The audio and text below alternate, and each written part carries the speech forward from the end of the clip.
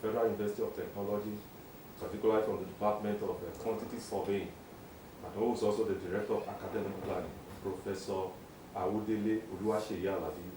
Good morning, Prof. It's a pleasure to have you on the show. Good morning, sir. Thank you very much. All right. So let's begin the discussion.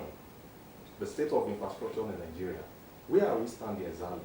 You know, given the fact that there is no perfect system, there is no government that can be 100% up to that measure in terms of performance.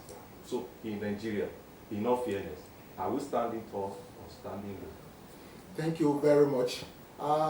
Before I will go into answering that question, I will first want to explain what infrastructure is all about.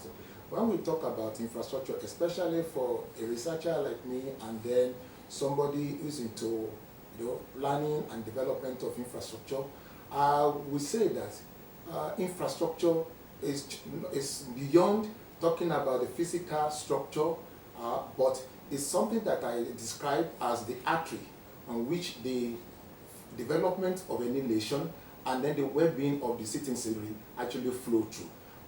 Looking at the importance of this infrastructure, I would say if we are to assess the current situation in our country, Nigeria, well, I would say without missing word that our infrastructure is a state of disrepair. They are not in good state. Let me begin to pick them one after the other. When you look at infrastructure like road, looking at infrastructure like hospital, educational sector, look at telecommunication in terms of digital power supply and the like, you will agree with me that the current state, when you look at the report of African Development Bank recently, they argue that for us to be able to meet up with the deficit in infrastructural facility in the country, we need 100 billion annually for a decade to be able to meet. So you will agree with me that we have this decay infrastructure facility in the country. Not only that, if you look at our power generation, the power sector, you will agree with me that we range between 4,000 megawatt to 5,000 megawatt for a population of about 200 million. That is by 2006 population, whatever. About 200 million. If you look at this, you will see that this is just not too sufficient. And that is why we have epileptic power supply and then erratic power supply that then people cannot even work with it. And all these things. So are you saying our budget now, you know, the budget composition now is not sufficient enough to drive infrastructural development in this country? Is that what you're saying? Absolutely. I would say what we have currently that is going into infrastructure is not enough. Well, in the course of our discussion, I think I will mention issue of government alone will not be able to do it, and that is why they have to begin to think about other funding sources, like talking about public-private partnership that is done in some other client. So we have to begin to talk about different other funding sources that can actually put in there. But what we have currently is not sufficient. And that is why we have all these problems. Apart from that, the fact that we are just trying to build new one without thinking of how to maintain the existing one so that they can actually live their expected lifespan. All these things actually communicated into the problem of decay in our infrastructure.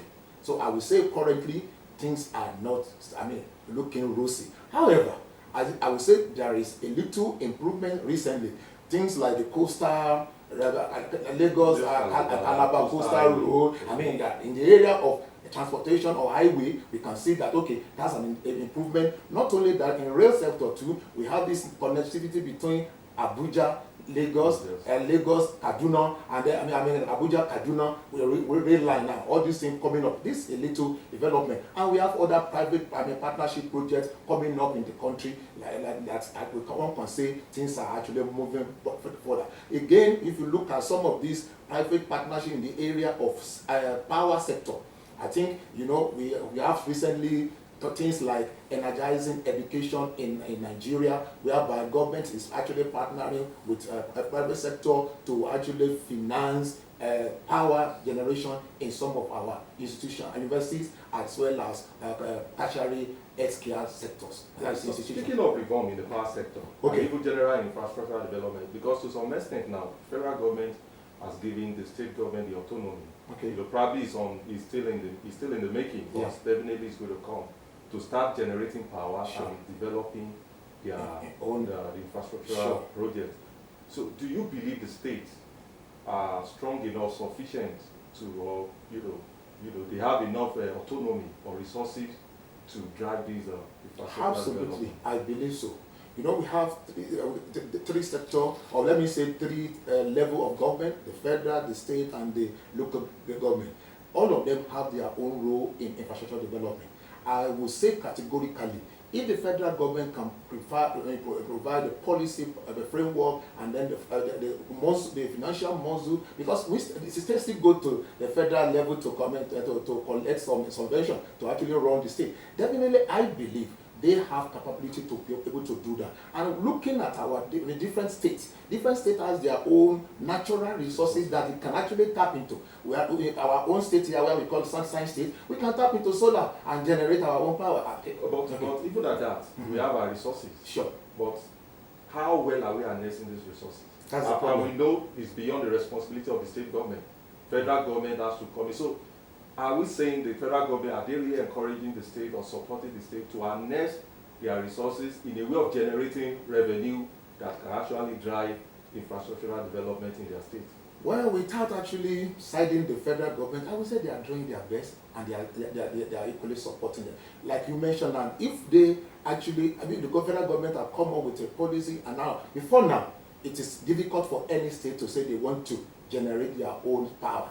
I'm not too familiar with that particular information that you mentioned, that they have actually given them the opportunity of going to develop their own, generate their own. Ongoing. It's ongoing. Okay. It's ongoing. Okay. The National Assembly has Okay. If that policy is there, like I said, one of the functions of the federal government in the area of infrastructure development is this policy formulation. Let's have a framework that, okay, this is what we need to do over the year, and then have a strategic plan over year 10, 15, 20 years. When you look at the population of the country, what should we be doing? For example, in the power, like I was saying the other time, 4,000 to 5,000 megawatts for the entire 200 million citizenry. You can imagine that is too poor. Even our university here, FUTA, our energy audit, the need for FUTA alone is more than 2.5 megawatts per day. So what are we talking about? And then we are talking about Ondo State and all these 36 states of the Federation. So we will say that it's not enough. We need to think inward and then try to generate our own. So how do we think inward now? Where do we look, for that kind of drive? Okay. Because you made mention of your university community now. Exactly. Okay. So what I'm just thinking, what comes to my mind is that, for instance, you have a department there that deals with energy. Power. Yes. Power. Yes. So what is your community doing in terms of participation now? To drive energy in a way of supporting the government, and even if it is creating an independent power that can power the university community. What about that? Thank you very much, sir. You see, you actually touched me somewhere. I don't want to actually talk in that direction before, but because of this question, I will have to say something. Now, if any nation will develop, you need to look at the Afritour, the university. But if I don't know, you are aware now that also we are on warning strike. It's because of this decay in infrastructure. We keep on telling them, fund your institution. Federal institution, FUTA is a federal institution. If it's funded very well, our president is in the news recently talking to the National Assembly that let this government fund institution and give us the stats whether we are not going to deliver. If we have an infrastructure to be able to carry out research, all these renewable energy sources that we can actually tap into, we have experts in the university that can come up with solutions to this problem. But this university is poorly funded. How do you want them to deliver? Even the little they deliver, there is no way they can upscale it and then change it to commercial and begin to commercialize the whole thing. Are we getting it? So that is the problem we are facing. I want to see the solution is not far from us. We have the human resources to be able to do this. If the government will fund the institution, the research of the country, we can actually fund it properly. They will be able to come up, do meaningful research. How do you do a meaningful research when there is no power, when there is no infrastructure, when there is no equipment to carry out research? All these things requires fund. And for them to be able to do, they need fund. But this is not available. So going back to your question, I think the solution, you are correct. we can actually develop human capacity. If we have that from the university, then, like my department now, if you want to develop any infrastructure, you need a quantity surveyor, and then we need to train mind. We need to develop students who will be able to actually go out there and perform as a quantity surveyor. So it's the university that will be able to do. Engineers that will build all this infrastructure, they are there. The university will develop, prepare them and develop and produce them. But if they are not properly funded, what do you expect? They will be doing, I mean, it's going to be an abysmal. I don't know how to put it. That's the situation, sir. Okay, now, you made mention of the fact that the federal government is not looking in that direction of funding your research work. Exactly. But how convincing this your agitation for funding research work, how convincing? Because one thing is to have an idea, another is to be able to communicate it effectively. Yes. So how convincing is your agitation? Wow. I think I would say that the union, ASU, has been actually putting this in the news and then try to convince anybody who is ready to listen. For instance, before now, our 2009 ASU and the federal government agreement, it's all about funding, revitalization. They went ahead, the government of this country went ahead to look at the need of the university. That was what led to need assessment. And they assessed the need, and they agreed the government should be committing 200 billion yearly for the next 5 years or 6 years. Are you getting it? But what do we see? Successive governments have been actually been judging that they are not doing, and that is why ASU is equally, is protesting. We have been putting this, forward, that if you fund your institution, definitely you will be able to compete favorably with our international community. If you look at our product, its evidence is in the news that brains from Nigeria, our product, our students, they are competing and performing wonderfully outside the country. What does it mean? It means we have a system that can do well and that can develop good heads. But if they are not properly funded, what do we do? Everything, if you look at it, the need of ASU, you will see that it's about the funding of the system, develop the infrastructure, and then give us a living wage, whereby the professors, the lecturers who are going to do the research will be comfortable, they'll be happy doing what they are doing. If nobody is not motivated, how will you get the best from me? I'm not trying to talk more about the ASU struggle, but let me be frank. Government is not doing well in funding their institution, and that is why they cannot even give us. If you fund the institution, okay, issue of problem of power. Okay, Federal University of Technology of Akure, this is $S billion, naira for you to do this. Deliver. If we fail to deliver, then you can actually charge. What if the federal government now, the government is so overwhelmed with overbearing responsibilities, and it's as if it's not going to come from them. There's so much desire. Okay. What are you doing in your capacities as within the academic community to bring, because you made mention of the fact that infrastructural development also have to pave way for partnership to drive it successfully. Exactly. So what are you doing in the way of attracting probably all these foundations that are truly interested in investing in infrastructural development of the university system? I would say as an academy, we are doing our efforts in this direction, because it's evident we know that. Let me just first of all say that I think the problem of the government is not because they are overwhelmed. Okay. Rather, I would say misplaced of priority. Okay. What they feel this is their own priority is different. I don't want to be going into some of the things we see government doing. What you feel is a priority. I think if you set your priority properly and you know that the solution to all this power sector, all this decay in infrastructure, in health sector, in educational sector, is because of fund. Okay, if you fund that properly, and you know that you can get the solution to those problems from the university, definitely you fund it better. But what they do is they prefer to go outside there, bring expatriates. It's just appalling. And then capital flight, all those things is happening. We are doing our best, like I said earlier on, because by the grace of God, we are looking today now. You see alumni coming to the institution to support.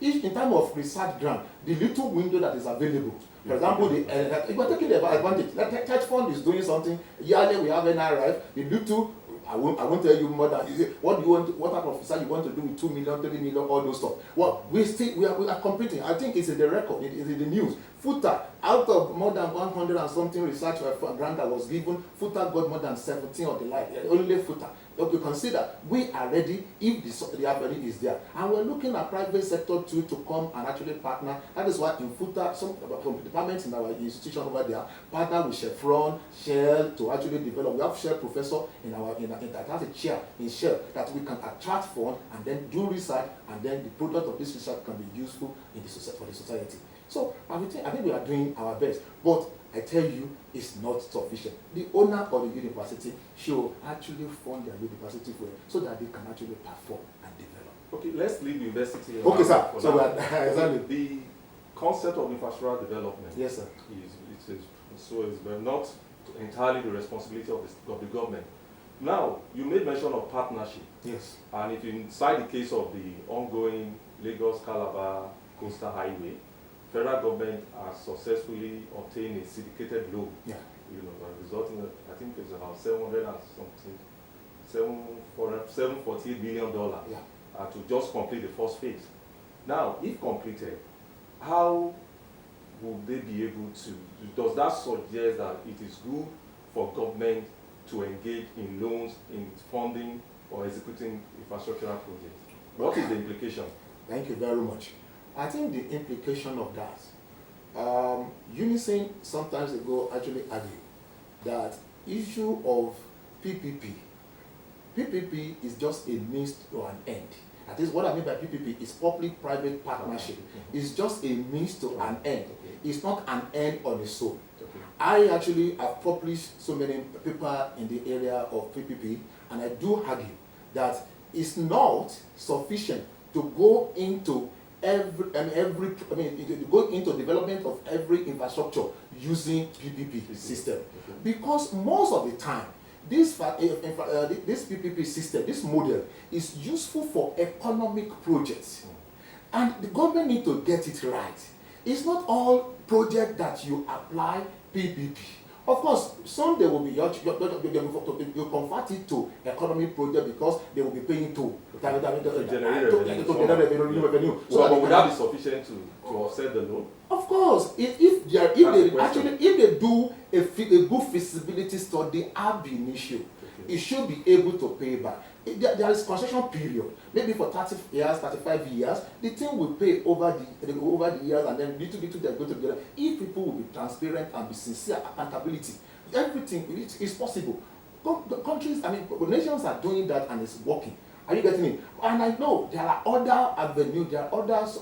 What God has blessed this country with is enough to be able to do all these things, to develop and to make us, one of the leading nations in community of nation. So I don't think it's not bad. The answer to my question is that the idea is not bad.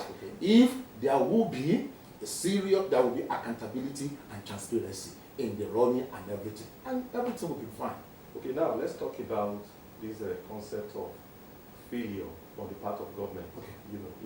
One thing is they invest so much in bringing up projects, infrastructural projects. Another thing is maintenance. Sure. What do you think is responsible for this culture that is drawing us back, the maintenance culture? Thank you very much. I would say we have, in this country, we have zero maintenance culture. And why is it like that? Thank you very much. Because there's no policy framework, ab initio, from the onset. At the planning and the design phase of any infrastructure, we need to actually, in fact, in the budget, we budget money for the maintenance of any infrastructure. In this country, what we just know how to do is to build new one. We don't care. Just to maybe probably to take the glory. To take the glory. And it becomes a problem for the That's another problem with the country. That's another problem with the country. There's no continuity. I talk about issue of a plan, strategic plan, over the long-term plan that will transit any government. If PDP or APC is there today, another government, the moment we have that blueprint plan, everybody will kick into it. But what do we see? This government is doing this today. The next one is not interested in that one. We want to do another thing. We build new. Just like you said, to get glory. Now, during my own regime, this is what we build. This is what I build. But we don't think of maintenance. And when there is this common saying that something you don't maintain, you lose it. If you don't maintain any infrastructure that you build, over the year there will be decay, and the thing will dilapidate, and it won't be able to perform the function required. So what the problem we have is there is no policy framework on ground, and then they don't actually put the maintenance something. Maintenance is more than the normal repair. But there should be both preventive and then protective maintenance that will go along over the year lifespan. Each and every facility has their own lifespan. So if we plan it, is it every 5 years, every 2 years that we are going to be doing this maintenance? Not that when it now dilapidated that they will now want to begin to say we want, and there's no fund. Just add federal institute, federal processor. You don't see what is important is how much is the project going to cost. The initial construction cost 50 billion. Okay, that is what they make available. They don't plan for the maintenance. Maybe 20 million, 30 billion should be set aside for maintenance every year. They will plan it because it's possible it's doable. But people don't think about it, and they're not ready to do it. This brings me to this question now. Yes, sir. How can we enhance citizens and media as well to mount pressure on government in a way of delivering optimal performance in infrastructural development? What can they do, to empower their voice in a way of putting them accountable to ensure that they deliver? Advocacy. Well, I think just like I don't know how to handle that question properly, but definitely that is some things that our union, like Osrc, is doing now. We have a union, and because we have this information. One, knowledge is power. Okay. First, we need to educate our people, let them develop. That is what like Osrc is doing. We sensitize our people. And that's also, this comes to mind. Is it, in terms of the maintenance now, is it singularly the responsibility of the government? What about the first line of beneficiary, the citizen? Are they not? Does that mean they don't have roles to play in maintenance? We have roles to play. In what way? We have roles to play in maintaining it, but everything boils down because you made mention of protective and preventive. Yes, maintenance. So who is to prevent? Who is to protect? By the grace of God, if we have that budget, plan ab initio. In fact, it starts with the issue of design. The way you will design a building, at the design stage, if you have actually planned issue of maintenance into it, we have a situation where sometimes somewhere that I actually consult with for them somewhere whereby when they are building that skyscraper, they don't think about it. We are going to get to the penthouse in case they want to maintain it. So it's after the edifice has been built. Now during the time they want to maintain, they have to now be looking for another crane to be able to get to that level. You can imagine. So this is going to be too much. I will agree with you perfectly that the people, the end users, they even equally have their own role to play. But don't forget, it's about funding. If you build without considering that we are going to maintain, we are going to paint periodically, we are not going to be cleaning the louver periodically, we are going to be servicing the firefighting equipment in the thing. Look at our extinguisher. Extinguisher do expire. So if there is no money set aside ab initio, the fire extinguisher in this building, we need to be refilling them every year and allow that money to be there. How do you maintain? The whole thing will crumble. Are you getting it? So it's still more down to issue of funding. That at the beginning in the budget we make provision, and people will not. Our people, due to corruption and whatever, they will not eat it up and then forget and clean up. But the money will be there when there is need for maintaining it. They will be able to do. I know we can do it and we can get there. Maybe the missing link now, yes, in terms of who is maintaining it, is yes, the fathers. Who should be, by standard procedure, yeah, who should be involved in the maintenance? Is it the contractor or the state agency? The state agency, they will now engage the contractor. If or depending on the nature of the way, because for example, like the issue. We've seen some road projects yes, across the country now. Exactly. We've discovered that the contractor will just execute, and the responsibility is now left for the ministry or to the issue. Should it be like that? Is it the standard procedure? No. Well, I would say no, and I would say yes. Why? Depending on the nature of the condition, the procurement, the procurement system. There are so many procurement methods. For example, just like you mentioned, if we go into PPP arrangement, there are a model whereby you develop, at least you build, and then you run it.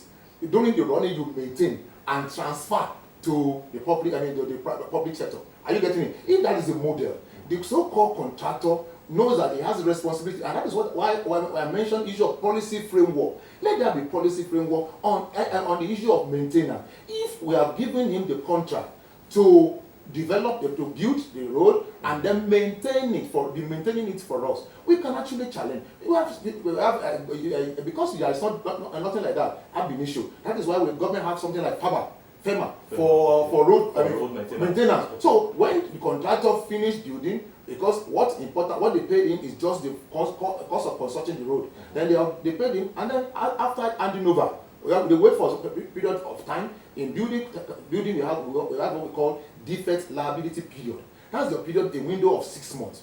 If there is any defect on such a property or infrastructure, the contractor has a responsibility to come and maintain and fix it and put it in good condition. But after the practical completion and everything, everybody he received his what we call it retention fee. Even when you pay in the final retention fee, it's gone. So now the responsibility now come back to the government agency that owns the thing to begin to maintain it.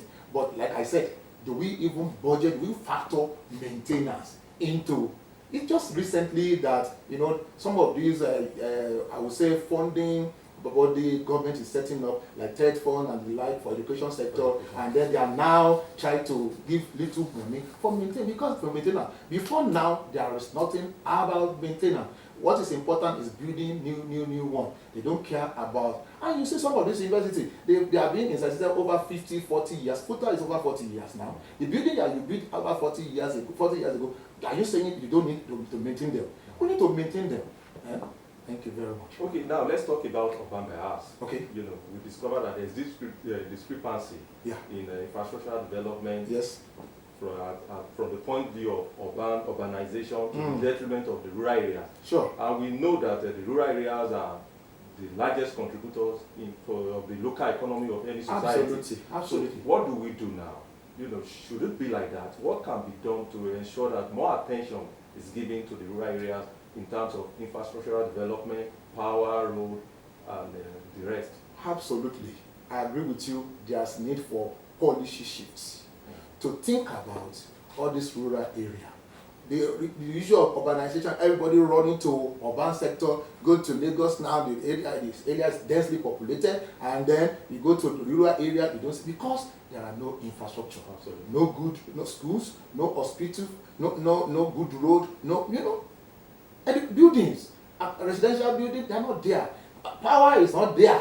Even in Akure, for example, in the state capital, if we have problem of power, now I don't know, my family, my people, in the rural area, what do you think about? What do you think will happen to them? What we are saying is that government, there should be a shift.